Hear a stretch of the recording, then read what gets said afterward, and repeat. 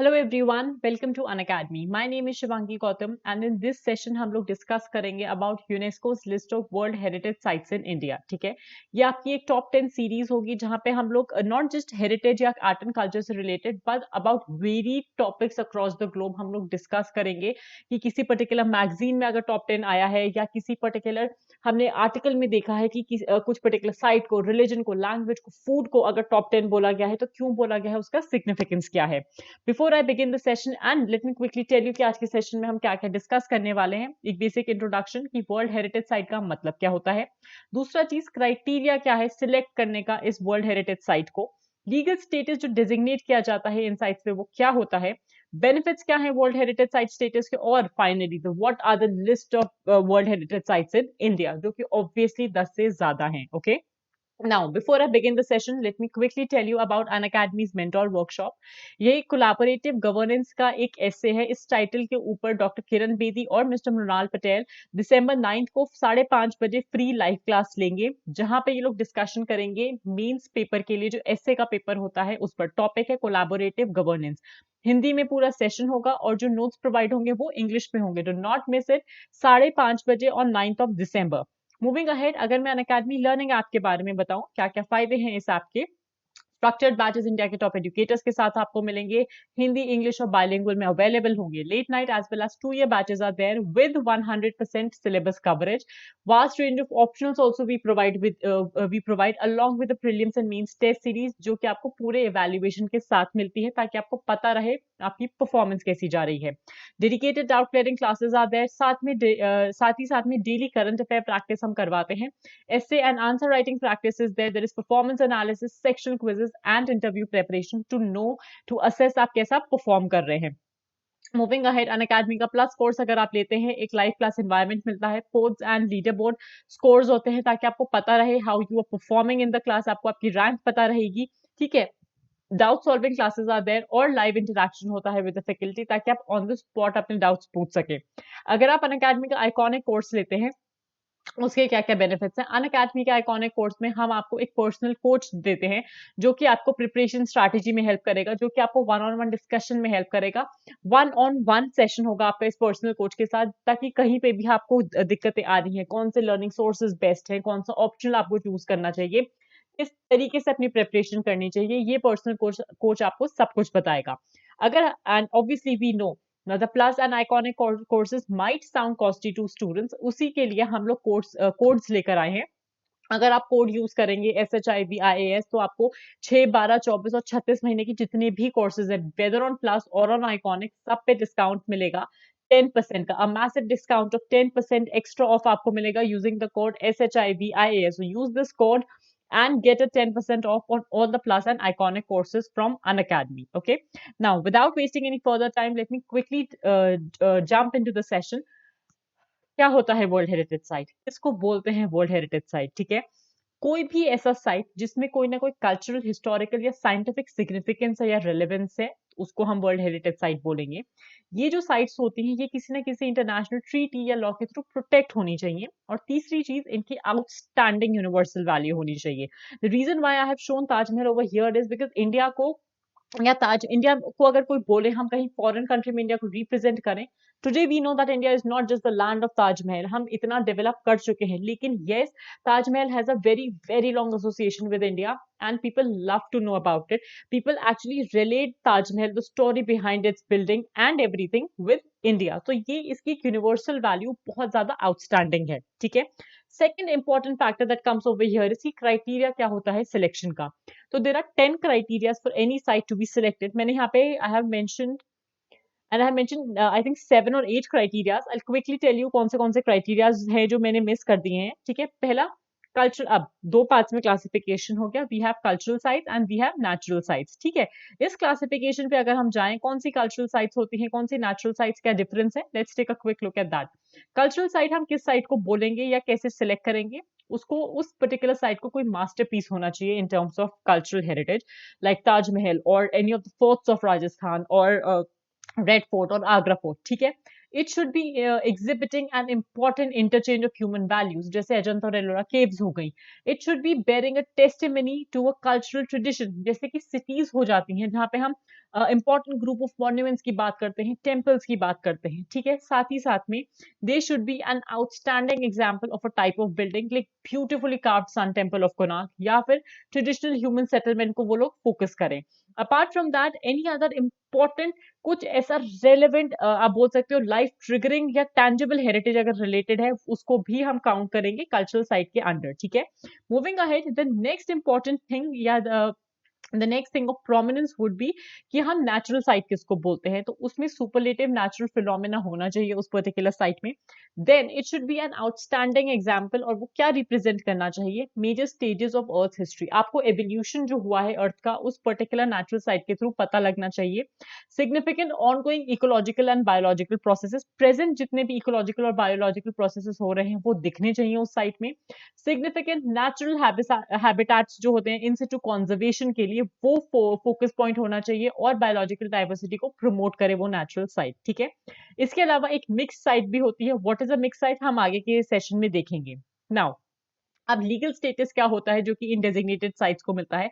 अगर मैं legal status की बात करूं तो लीगल स्टेटस होता है वो प्राइमा फेसी एविडेंस जो कि इन कल्चरली सेंसिटिव साइट्स को दिया जाता है और इनको प्रोटेक्ट किया जाता है लॉ के अंडर, किन पर्टिकुलर एक्ट्स या किन पर्टिकुलर कन्वेंशन के थ्रू. पहला आता है लॉ ऑफ वॉर. ठीक है, ये लॉ ऑफ वॉर कहाँ पे डिक्लेयर, किसके अंडर डिक्लेयर करते हैं हम, ये हम डिक्लेयर करते हैं under the Geneva convention. Also ये क्या इंक्लूड करता है, this includes the Hague convention for the protection of cultural property in the event of armed conflict and international law. कहने का मतलब इन सिंपल टर्म्स और लेमैन्स टर्म आप समझिए, कहीं पे भी कोई वॉर हो रहा है, कोई कॉन्फ्लिक्ट हो रहा है, अगर हम सीरिया की भी बात करें, ऐसा कुछ लेट्स से अगर इंडिया में हो जाता है तो जितने भी डिजिग्नेटेड साइट्स हैं, वर्ल्ड हेरिटेज साइट्स हैं, उन सबको प्रोटेक्शन मिलेगा. वहां पे तोड़फोड़ नहीं हो सकती, उनको नुकसान नहीं पहुंचाया जा सकता, उन पे ध्यान दिया जाएगा that these are protected anyhow. Syria में बहुत सारे वर्ल्ड हेरिटेज साइट्स ऐसे थे जो कि आईएसआईएस ने खराब कर दिए, बिखेर दिए, तोड़ दिए. उनकी जो वैल्यू थी उन लोगों को कभी समझ नहीं आई, and they destroyed those heritage site as a result of which जो एक human value थी related उनसे, जो important event वो लोग mark करते थे, that has been discarded forever. Okay, moving ahead, अगर हम बात करें benefits क्या होते हैं world heritage sites के. पहला बेनिफिट इंटरनेशनल अटेंशन आती है, वी ऑल नो दैट. हमने ताजमहल के केस में देखा है, हमने we have seen it in the face of Delhi के रेड फोर्ट के केस में या आगरा फोर्ट के केस में कि कितने ज्यादा टूरिस्ट आते हैं specially to view these places. Tourism आता है, अगर टूरिज्म बढ़ेगा as a result of increase tourism पैसा बढ़ेगा. ठीक है, सेकेंड थिंग, यूनेस्को पैसा देता है रेस्टोरेशन के लिए. यूनेस्को जो कि United Nations Educational Scientific Cultural Organisation है, वो पैसा देता है कि आप लोग रिस्टोर कीजिए, प्रिजर्व कीजिए इन सारे साइट्स को. ठीक है, then these world heritage sites, ये यूनाइटेड नेशन का जो सिस्टम होता है उसके साथ क्लोज टाइज रखते हैं और उसको प्रमोट करते हैं. आपको जितने भी ग्लोबल प्रोजेक्ट मैनेजमेंट रिसोर्सेज हैं वो दिए जाते हैं, the best of facilities are provided ताकि आप इन साइट्स को मेंटेन कर पाए, इनकी जो सुंदरता है, इनकी जो ब्यूटी है उसको वैसे का वैसा ही रखें. And all the sites because they are protected under the Geneva convention, तो इनके अगेंस्ट डिस्ट्रक्शन और misuse during war time, ये आप बोल सकते हो ऑलमोस्ट मना होता है, it's almost forbidden. Okay, now अगर मैं साइट्स की बात करूं, इंडिया में कौन सी साइट्स हैं, तो इंडिया में 27 कल्चरल साइट्स हैं और 7 नेचुरल साइट्स हैं, एक है मिक्स्ड साइट. कल्चरल साइट्स का क्या क्राइटेरिया होता है हमने देख लिया, नेचुरल साइट्स का क्या क्राइटेरिया होता है हमने देख लिया. मिक्स साइट कौन सी होती है, मिक्स साइट वो होती है जिसमें कल्चरल और नेचुरल दोनों के फीचर्स होते हैं. ठीक है, now one by one we will be looking at all the cultural sites in India, जहां पे हम cultural sites, उसके बाद natural sites, उसके बाद mixed sites देखेंगे. ठीक है, another important thing that you need to remember here is जब मैं बात कर रही हूँ top 10 series की, I will not just be discussing the let's say the top 10 foods or the heritage sites in India. No, I will be focusing on the most important facets जो आपके UPSC preparation के लिए भी आपको बहुत help करने वाले हैं.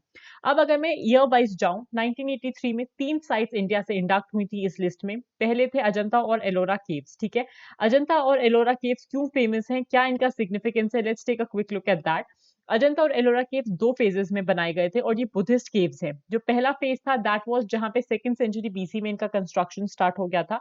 सेकंड फेज में 5th और 6th सेंचुरी एडी में ये बने. अब इनमें जो फ्रेस्कोज हैं वो कहाँ से इंस्पायर्ड हैं, दे आर सिमिलर या दे रिमिनाइज ऑफ द सिग्रिया पेंटिंग्स जो कि श्रीलंका में है. एंड ये 31 रॉक कट केव स्ट्रक्चर्स हैं जो कि यूनिकली रिप्रेजेंट करते हैं बुद्धिज्म आर्ट को। ताजमहल के बारे में जैसा हम सब जानते हैं, Taj Mahal was built by Mughal emperor Shah Jahan for his beloved wife Mumtaz. ये एक संगमरमर या व्हाइट मार्बल में बनी हुई डोम है जिसके चारों तरफ मिनारत्स हैं। इसके नीचे शाहजहां और उनकी वाइफ की कब्र है। साथ ही साथ में इसके जितने भी मिनारत्स हैं उन सब पे कुरान के एंग्रेविंग्स हैं। अगर मैं आगरा फोर्ट की बात करूं, this is located on the banks of Yamuna river. ठीक है, ये बनाया गया था, या ये इसका जो वर्क बोल सकते हो रेड सैंडस्टोन में है and it is beautifully made. जिस तरीके से दिल्ली में लाल किला या दिल्ली में रेड फोर्ट है, उसी के सिमिलर लाइंस पे है। ठीक है, then comes the beautiful sun temple of Konark जो कि 1984 में इंडक्ट हुआ था along with a group of monuments at Mahabalipuram. ये जो मॉन्यूमेंट्स है महाबलीपुरम के, why are they so significant? Because recently जब जो चाइनीज प्रीमियर के और प्राइम मिनिस्टर के मीटिंग्स हुए थे वो यहीं पे हुए थे। Now what are these monuments in Mahabalipuram? ये क्या है? महाबलीपुरम तमिलनाडु से कुछ 58 किलोमीटर दूर है, चेन्नई से रादर 58 किलोमीटर दूर है, माय बैड सॉरी। जहां पे पल्लवा किंग्स ने 7वीं और 8वीं सदी में कुछ मॉन्यूमेंट्स को बनाया था कोरोमांडल कोस्ट पे के अक्रॉस। और how were these monuments made? They were carved out of rocks. ठीक है, यहाँ पे 5 रथ हैं, धर्मराज रथ, अर्जुन रथ, भीम रथ, द्रौपदी रथ, नकुल सहदेव रथ, साथ ही साथ में गणेश का रथ है। और इसके अलावा there are a lot of temples, there are a lot of beautiful temples जैसे Krishna cave temple, Varaha temple etcetera. And इसीलिए जो ग्रुप ऑफ मॉन्यूमेंट्स है of Mahabalipuram, they have been inducted into World Heritage Site because of their architectural grandeur. Okay, moving ahead, 1986 में कौन से ऐसे sites थे जो आए? We had the beautiful churches and convents of Goa जो कि represent करते हैं वहाँ का culture, जो कि represent करते हैं the significance या importance की किस तरीके से या impact of the Portuguese that had on India and the beautiful culture that they brought with it. ठीक है, then comes the Khajuraho monuments, जो खजुराहो group of monuments है वो भी 1986 में इंडक्ट हुआ था। खजुराहो मॉन्यूमेंट किसने बनवाया था? ये बनवाया था चंदेला डायनेस्टी ने। So Khajuraho was made by the Chandela dynasty and ये आते हैं गुर्जर प्रतिहार के अंडर, उनकी सोवरेनिटी में आते थे। यहाँ पे हिंदू और जैन के रिलीजियस टेम्पल्स हैं and they have been beautifully made. ठीक है, then comes the city of Fatehpur Sikri या सिटी ऑफ विक्ट्री जिसको बोलते हैं। फतेहपुर सीकरी आगरा से थोड़ा सा दूर है and it is a beautiful beautiful city जो कि 1986 में आया था। ये 1986 में एम्परर अकबर ने बनवाई थी एंड ये कैपिटल भी आप बोल सकते हो, रादर 14 साल तक ये मुगल एम्पायर की कैपिटल भी रही थी। उसके बाद जब कैपिटल को दिल्ली शिफ्ट किया गया, ठीक है, दो रीजन जिसकी वजह से फतेहपुर सीकरी को अबैंडन किया गया वो क्या थे? द फर्स्ट रीजन वाज कि वहां पे जो एम्परर को शिफ्ट कैपिटल अभी लाहौर करनी पड़ी थी रादर। पहला तो लैक ऑफ पानी, पानी की बहुत ज्यादा कमी है। दूसरा, नॉर्थ वेस्ट इंडिया जो था वहां पे अपना ज्यादा ध्यान देना चाहते थे वो, क्योंकि वहां पे कॉन्स्टेंटली अनरेस्ट रहता था। As a result of that Fatehpur Sikri से कैपिटल को लाहौर शिफ्ट किया गया था। ठीक है, then comes the group of monuments in Hampi. Hampi में beautiful monuments are there. Hampi is a city जहां पे आपको बहुत सारे टेम्पल्स देखने को मिलेंगे। हम्पी टाउन तुंगभद्रा रिवर के पास है इन कर्नाटका। यहाँ पे you have Achyut Rai temple, Chandramouleshwar temple, और इस तरह से कुछ 12 से 14 टेम्पल्स हैं which have been beautifully designed। और साउथ इंडियन आर्किटेक्चर का ये लोग प्रोमिनेंस है, ग्रैंडवर है। ओके, मूविंग अहेड, 1987 में एलिफेंटा केव्स और जो ग्रुप ऑफ मॉन्यूमेंट्स है पटडक्कल में और great Chola temples, they all became a part.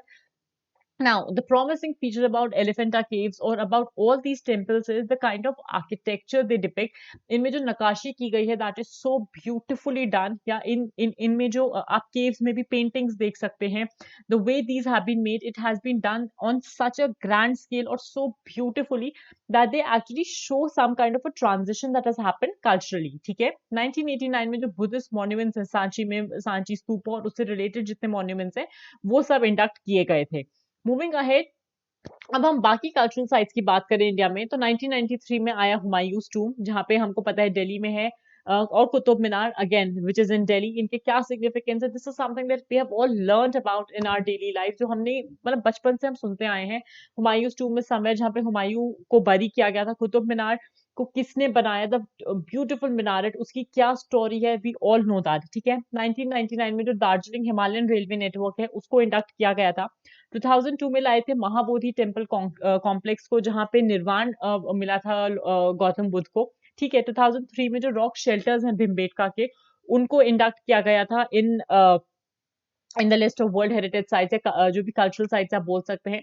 2004 में लेकर आए थे विक्टोरिया टर्मिनस को और चंपानेर पावागढ़ आर्कियोलॉजिकल पार्क को। So Champaner Pavagadh archaeological park actually एक ऐसा पार्क है या आप बोल सकते हो एक ऐसा पूरा एरिया है इन गुजरात जो कि almost it's like a city. It is so beautiful, इतना ज्यादा एंग्रोसिंग है और इतना ज्यादा एंगेजिंग है, इतना ज्यादा पास्ट को रिप्रेजेंट करता है। ठीक है, 2005 में नीलगिरी का जो माउंटेन रेलवेज है उसको इंडक्ट किया था। 2007 में the red fort complex of Delhi. Okay, so ये हो गई cultural sites. Moving ahead, a few more were inducted. Then we had the कालका Shimla railways in 2008।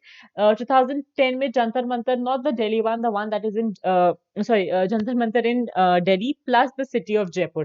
So the entire city of Jaipur is a world cultural heritage site. And अगर आप जाके देखेंगे जयपुर बहुत खूबसूरत शहर है। It's the pink city of India. The way the city has been made, it is glorious. साथ ही साथ में इसमें जो आर्किटेक्चर है, जो फोर्ट्स हैं, they are beautifully beautifully made.